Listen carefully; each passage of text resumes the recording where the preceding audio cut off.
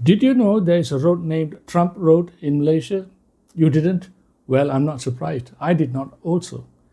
I discovered this by accident last week when a group of friends and I decided to drive up the northern part of Malaysia off the highways. We wanted to rediscover all the small towns that were once significant but had now become, obscure and, forgotten because of the highways.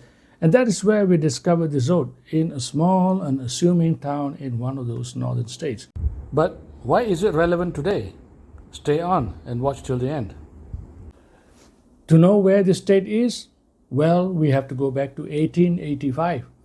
That is when the British colonial masters who were ruling the Malay states decided that they needed to put up the first railway line in the country. It was a rail line that connected the town of Taiping and the town of Port Veld to bring the tin for exports to Britain. Well, it was the beginning of globalization.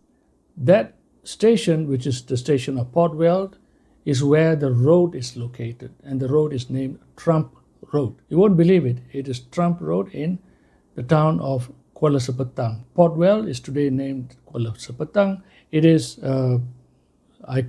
laid back, sleepy, hollow of a town, seaside, famous for seafood, and a place where, thick with history, but yet it wears the history very lightly. I think it's curious, that this town, the road should be named Trump Road. I don't know who it is. I presume it must be a colonial officer linked with the government or perhaps with the port. But obviously, it has nothing to do with the man who occupies the White House today. But, the connection couldn't be more stark and more striking. I think it is interesting that we're living in this time when Mr. Trump, who's occupying the White House, is doing exactly the opposite of what this railway line signified. That is globalization. So I think it is interesting. Let us talk a little bit more and see. Trump's America First policies, introduced tariffs on China. The basic idea was that he wanted to bring back manufacturing to America. And the administration's analysis is that the globalized world was not fair for America because industrial manufacturing had moved out of America and had, spread and settled down elsewhere in the world. And therefore, the only way to bring it back was to disrupt the supply chains, make it more difficult for countries out there to export their goods to America, or make it more expensive to do so.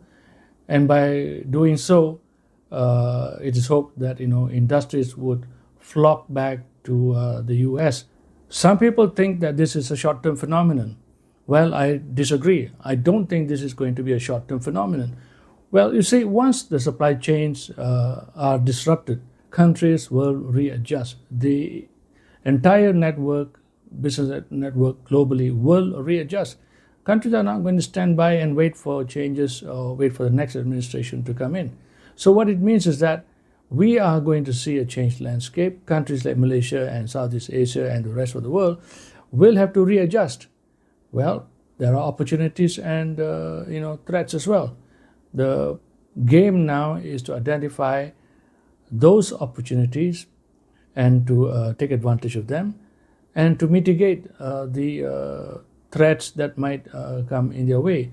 And I think this is what this entire, this railway that linked Malaysia to the rest of the world signifies, finding new ways of connecting.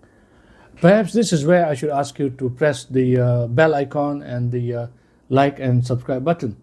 Please consider doing that because it helps me in terms of spreading this video far and wide. Just as this Taiping Port Veld rail link connected Malaya to the rest of the world in 1885, it is time for Malaysia to look at new ways to find new connections to bypass the difficult times or challenging times ahead.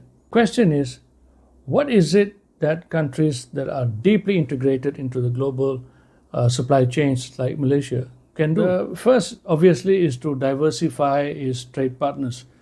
But when you put yourself in the shoes of SME or small and medium manufacturer, things are not so easy after all, Say, for example, if your product is something that you have designed for export to the United States, it is not very easy for a company like that to quickly change and find new partners, because you would have factored in the cost of your production and into your goods so that they are saleable in America.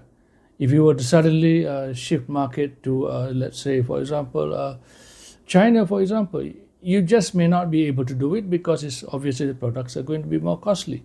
So this notion of diversifying trade is easier said than done. It is something that policymakers can say, but how does it actually work on the ground? This is something that countries will have to start looking into. Obviously, smaller companies need some form of support so that they can look at new markets. Perhaps assistance must be given to them to mitigate the risk or cover the risk for this trade diversification.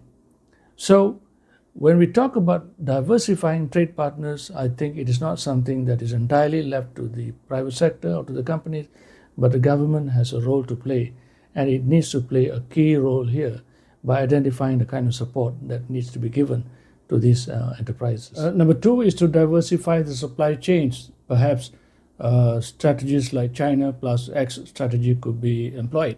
What I mean is that Malaysian companies should be encouraged to use secondary hubs for their production of the goods.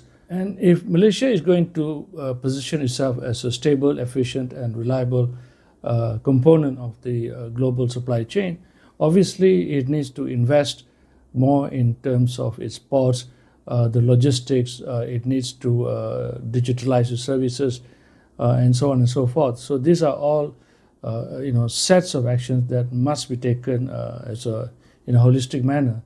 I believe there are a number of options that are possible to be explored to position Malaysia as a neutral manufacturing hub, so that it is not going to be seen as an offshore production for Chinese goods destined for the United States. At the governmental level, I think there is also a need to set up something like a trade vulnerability task force that can look at how various industries are going to be affected by the tariffs and the turbulence that we expect to see resulting from these tariffs, and to implement appropriate mitigation strategies.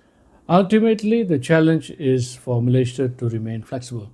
When I look at the railway linking Taiping and Port Weld, I'm reminded that it is important for Malaysia to try and find new alternative tracks so that it can remain connected to the world globally, despite this introduction of these tariffs and other forms of disruption that we are going to see in the years coming ahead. So the Trump road in Port Weld, or Kuala Sepetang as we call it today, well, it brings very important lessons. It tells us that Malaysia needs to be agile, innovative, and forward-thinking, because its own prosperity and stability and development is dependent on how well it remains connected to the rest of the world.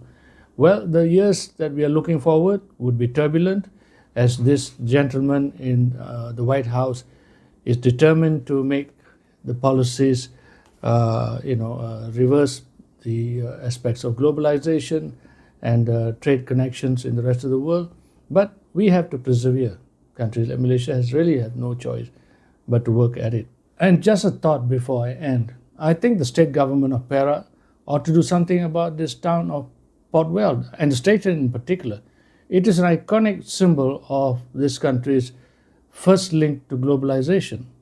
Why not do something about it so that it can be promoted as a symbol of Malaysia's openness in terms of international trade and commerce?